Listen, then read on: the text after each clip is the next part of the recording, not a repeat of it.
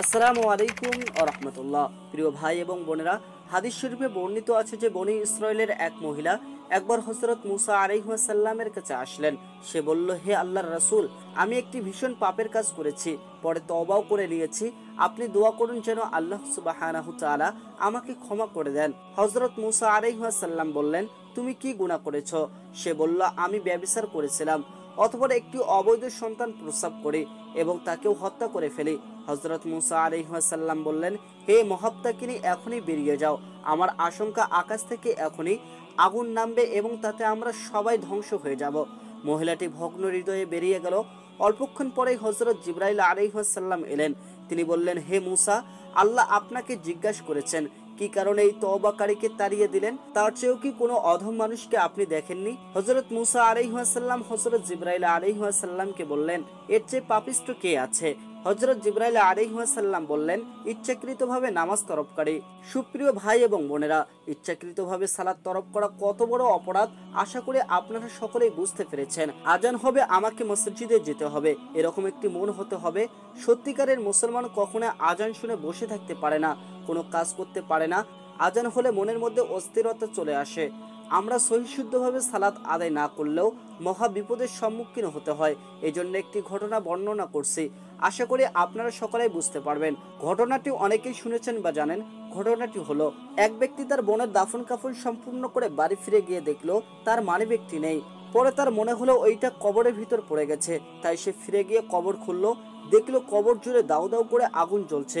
সে পুনরায় মাটি চাপা দিয়ে কাঁদতে কাঁদতে বাড়ি গেল। তার মায়ের কাছে সমস্ত ঘটনা জানালেন। তিনি বললেন, মেয়েটি নামাজের ব্যাপারে খামখেয়ালি করত। প্রিয় ভাই এবং বোনেরা, বিনা উজরে নামাজ কাজা করলে যদি এরূপ পরিণতি হতে পারে, তাহলে বেনামাজির পরিণাম কত ভয়াবহ হতে পারে তা ভাবতেও গা শিউরে ওঠে।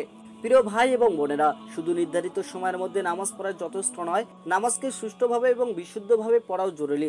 নচেত অশুদ্ধ নামাজ পড়া নামাজ না পড়ার সমতুল্য। বুখারী ও মুসলিম শরীফে বর্ণিত আছে যে একদিন এক ব্যক্তি মসজিদে নববীতে প্রবেশ করলো। হযরত রাসূল সাল্লাল্লাহু আলাইহি ওয়াসাল্লাম মসজিদে বসেছিলেন। লোকটি নামাজ পড়লো, অতঃপর রাসূল সাল্লাল্লাহু আলাইহি ওয়াসাল্লামের কাছে এসে সালাম করলো।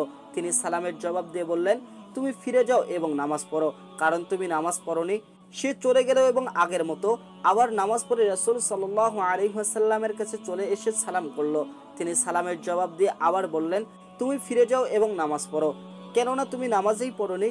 সহি শুদ্ধভাবে ইখলাসের সাথে সালাত আদায় না করা সালাত তরক করা শামিল।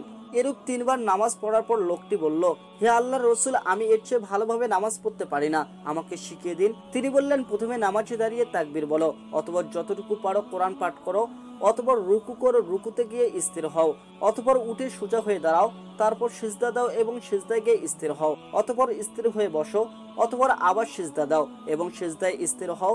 এভাবে নামাজ শেষ করা। কত মানুষই তো আছে যারা সালাত আদায় করে ঠিকই, কিন্তু আসলে কি তারা সালাতের সঠিক সময় সঠিক নিয়মে সহি শুদ্ধভাবে ইখলাসের সাথে সালাত আদায় করে? নামাজ কখন কেমন হয়ে যায় বোঝা যায় না। তারা কি শাস্তি হতে রেহাই পাবে? কখনোই না, তারাও সেরূপ শাস্তি পাবে যে নামাজ আদায় করেনি। এজন্য অবশ্যই সতর্ক হতে হবে। আল্লাহ তাআলা সবাইকে সহি শুদ্ধভাবে সুন্দর করে 5 ওয়াক্ত নামাজ আদায় করার তৌফিক দান করুন। আজকে এই পর্যন্ত। আপনারা সকলে ভালো থাকবেন, সুস্থ থাকবেন। আল্লাহ হাফেজ।